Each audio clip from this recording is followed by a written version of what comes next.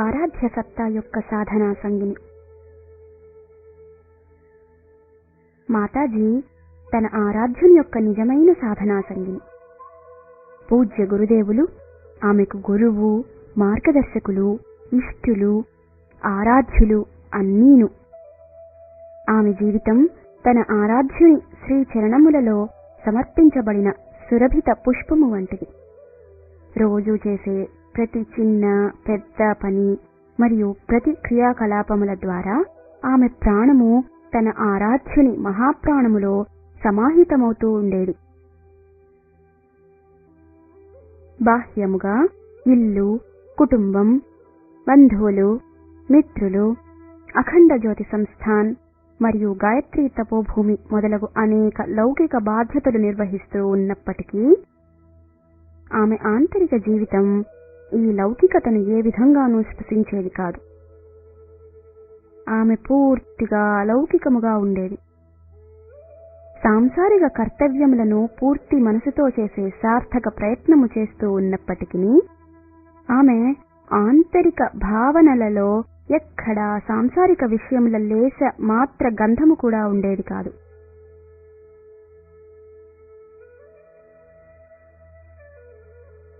తన పూర్తి రోజు క్రియాకలాపాలలో నిమగ్నమై ఉన్న ఆమె మనసులో రాత్రి చేయబోయే విశిష్ట సాధనల కొరకు తయారవుతూ ఉండేది.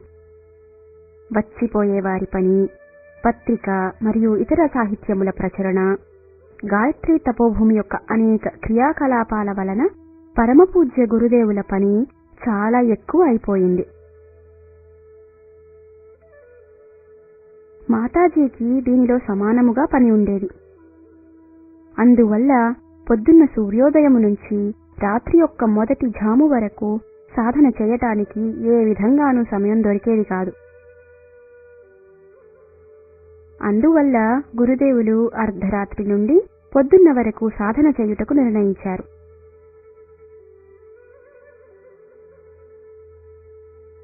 రోజంతా జరిగే క్రియాకలాపాలను చూస్తే ఇది చాలా ఉపయుక్త సమయం.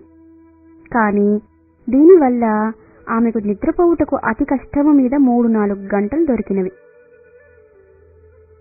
కానీ మాతాజీకి అర్ధరాత్రి కంటే కొంచెం ముందు లేచి గురుదేవులతో పాటు కూర్చుని సాధన చేయుటలో ఎంత ఆనందము లభించేదంటే ఇతర కష్టములు నగణ్యము అనిపించేది.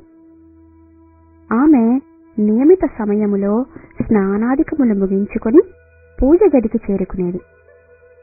అక్కడ గురుదేవులు ఆమె కొరకు నిరీక్షిస్తూ ఉండేవారు. ఆసనము మీద కూర్చోగానే ఆరాధ్యుని అనుగ్రహము ఆమె మీద అవతరించేది. ప్రాణ సంచారము యొక్క అనేక గుహ్య క్రియలు ఆమెలో జరిగేవి. గోపనీయ బీజమంత్రముల స్ఫోటనతో సూక్ష్మ చేతన యొక్క దివ్య కేంద్రములలో అపార శక్తి సముద్రాలు ఎగసిపడేవి.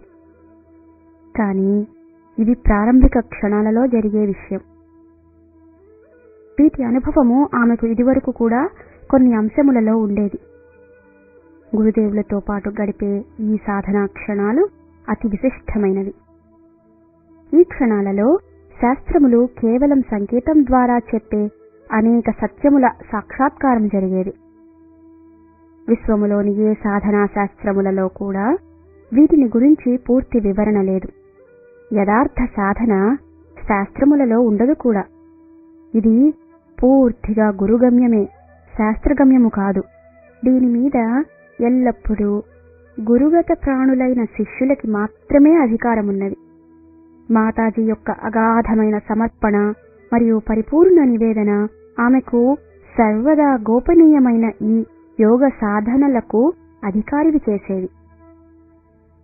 నియమిత యోగ సాధనల ప్రగాఢత మరియు సఘనత వల్ల ఆమె సూక్ష్మ శరీరము అతి తేజస్వి మరియు ప్రచండ ఊర్జ కలిగినది అయినది. గురుదేవుల ద్వారా చెప్పబడిన ముఖ్యమైన యోగ విధానముల ద్వారా ఆమె అతి సులభంగా స్థూల శరీరము నుండి సూక్ష్మ శరీరమును చేరుకోనగలిగేది. ఇటువంటి పరిస్థితులలో గురుదేవులు ఆమె స్థూల శరీరమును రక్షిస్తూ ఉండేవారు. అప్పుడు లోకాంతరములకు వెళ్లి అవసరమైన తత్వములను సంపాదించుకుని వచ్చేది. శిష్యులు మరియు సంతానం యొక్క పిలుపుకు కూడా ప్రత్యుత్తరమిచ్చేది. గురుదేవుల సాన్నిధ్యములో యోగ సాధన తీవ్రత వలన ఆమె సూక్ష్మ శరీరం యొక్క క్రియాశీలత ఉత్తరోత్తరా పెరుగుతూ ఉండేది. కారణ శరీరము కూడా ప్రభతో కూడి ఇంకా ప్రఖరమవటం మొదలెడినది. ఆమె యొక్క సాధనా ఘనత్వం ఎంత పెరిగిందంటే ఆమె అన్ని రకాల పరమ సమర్థరాలైంది. ఈ స్థితి మొదటి కంటే చాలా భిన్నముగా ఉంది. దీనిని తెలుసుకుని అర్థము చేసుకొనుట సులభం కాదు. దీని గురించి ఆమె స్వయముగా విభిన్న ప్రసంగాలలో ఇచ్చిన సంకేతాలను బట్టి గురుదేవులు ఆమె స్థూల శరీర రక్షణ కొరకు ఆగవలసిన అవసరం ఉండేది కాదని తెలుస్తోంది. దివ్య మహామంత్రముల కీలక శక్తి మరియు ఆమె మహాశ్చేతన యొక్క సంకల్పం స్థూల దేహరక్షణ కొరకు పర్యాప్తము. గురుదేవులు మొదటి నుండి యోగము యొక్క సమస్త ఉచ్ఛతమ సాధనలలో పారంగతులు. ఇప్పుడు మాతాజీ కూడా యోగం యొక్క ఉచ్ఛతమ రహస్యాలను అవగతం చేసుకున్నారు. స్థితి ఎంతవరకు వచ్చిందంటే ఇంక స్థూల దేహముతో ఏ విధమైన సాధన చేయవలసిన అవసరం లేదు. సూక్ష్మ శరీరము నుండే స్వయమేవ అన్ని యోగ విభూతులు పొందగలిగేది. ఈ విలక్షణ స్థితి అతి కొద్దిమంది మహాయోగులకు మాత్రమే సులభం.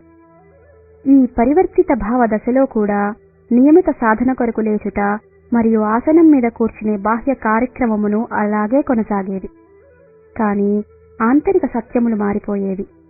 ఆమె గురుదేవులతో పాటు ఇప్పుడు కూడా సాధనకు కూర్చునేది, కానీ విశేష సాధన కొరకు కాదు, ఆయన సాధనాత్మక కార్యక్రమములలో సహకరించటానికి. ఇటువంటి కార్యక్రమములలో శిష్యులు భక్తుల యొక్క పీడ మరియు వారి మీద వచ్చిన కష్టములను నివారించుట ప్రముఖమైనవి. దీని కొరకు వారిరువురు శిష్యుల వద్దకు వచ్చి వారికి ఆశ్వాసన ఇచ్చి ధైర్యము చెప్పి తన యోగ శక్తితో వారి కష్టములను త్రుటిలో నివారించేవారు. సంతానముల బాధాతప్త అంతశ్చేతన తమ మహాయోగిని తల్లి యొక్క అనుగ్రహం పొంది అపూర్వ శాంతిని అనుభవించేది. సాధనా క్షణకాలములోనే అప్పుడప్పుడు గురుదేవులతో పాటు సూక్ష్మ శరీరముతో దివ్యలోకములు, దివ్యక్షేత్రములు మరియు సామాన్య మానవుల దృష్టికి కనిపించని దివ్య సాధనా కేంద్రములకు ఆమె వెడుతూ ఉండేది. దీని గురించి ఆమె ఎప్పుడూ ఎవ్వరికీ పూర్తిగా చెప్పలేదు. కానీ గురుదేవుల మహిమను తెలపటానికి అప్పుడప్పుడు కొన్ని అంశములు ఆవిడ తెలిపేది.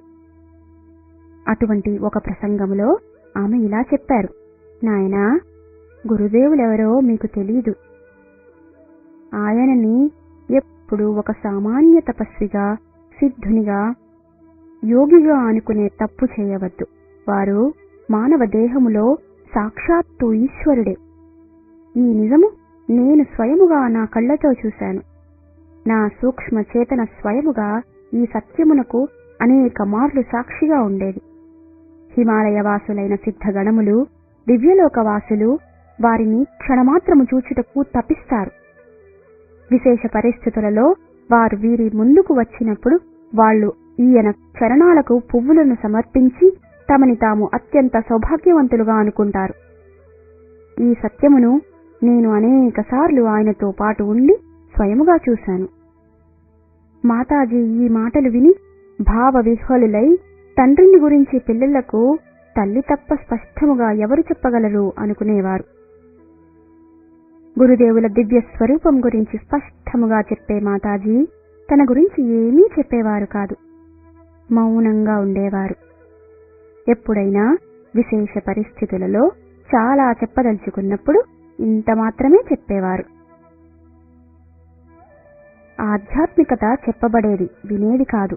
ఇది అనుభవంలోకి తెలుసుకోవలసిన విషయం. ఇన్ని పుస్తకాలు వ్రాయబడినా లేక చదువబడినా దీని సత్యము సాధన యొక్క అనుభూతుల ద్వారానే తెలుసుకోగలం.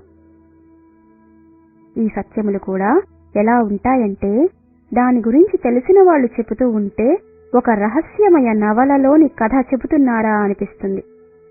అందువల్ల తెలివైన వాళ్ళు దీని గురించి ఎవరికీ ఎక్కడా ఏమీ చెప్పరు.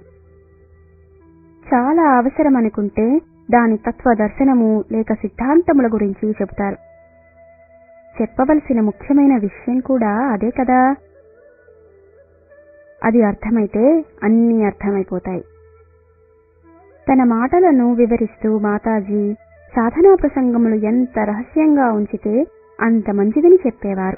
చర్చిస్తే దాని బలం తగ్గుతుంది. ఇలా చెబుతూ ఆమె తన మాటలను కొనసాగించేవారు. ఇప్పుడు నా విషయమే తీసుకోండి. నేనేం చేశాను? ఎవరికి ఏం తెలుసు? అఖండ జ్యోతి సంస్థానంలో ఉన్నప్పుడు అర్ధరాత్రికి ముందే లేచేదాన్ని. తరచూ రాత్రులు గురుదేవులతో పాటు సాధనలో గడిపేదాన్ని. కానీ ఇంట్లో ఉన్న మిగతా వాళ్లు లేచే ముందే సాధన నుంచి లేచేదాన్ని. ఆ తరువాత వారందరూ నిద్ర లేచిన తరువాత మళ్ళా స్నానం చేసేదాన్ని. ఈ స్నానంతో రాత్రంతా సాధన వలన కలిగిన వేడి శాంతించేది. అంతేకాక అందరూ ఈమె ఇప్పుడే నిద్ర లేచిందనుకునేవారు. ఇంత ఆలస్యంగా స్నానం చేస్తోందేమిటి అనుకునేవారు. నన్ను ఇంకా అడిగినప్పుడు వారి మాటలకు అవునని తలూపేదాన్ని. కానీ అసలైన విషయం ఇంకొకటి. ఆ రోజులలో గురుదేవులతో పాటు నేను పూర్తిగా ప్రగాఢతతో, తన్మయత్వముతో మరియు తత్పరతతో సాధన చేస్తూ ఉండేదాన్ని. అవి అత్యంత అద్భుతమైన రోజులు. శరీరం ఈ లోకంలో ఉన్న చేతన ఎక్కడో ఉండేది. నా సర్వస్వము గురూజీలో కరిగిపోతూ ఉండేది. ఆమె యొక్క ఈ మాటలు వినేవాళ్లకి శివశక్తుల అంతర్మిలన భావానుభూతులు సత్యము స్పష్టమయ్యేవి.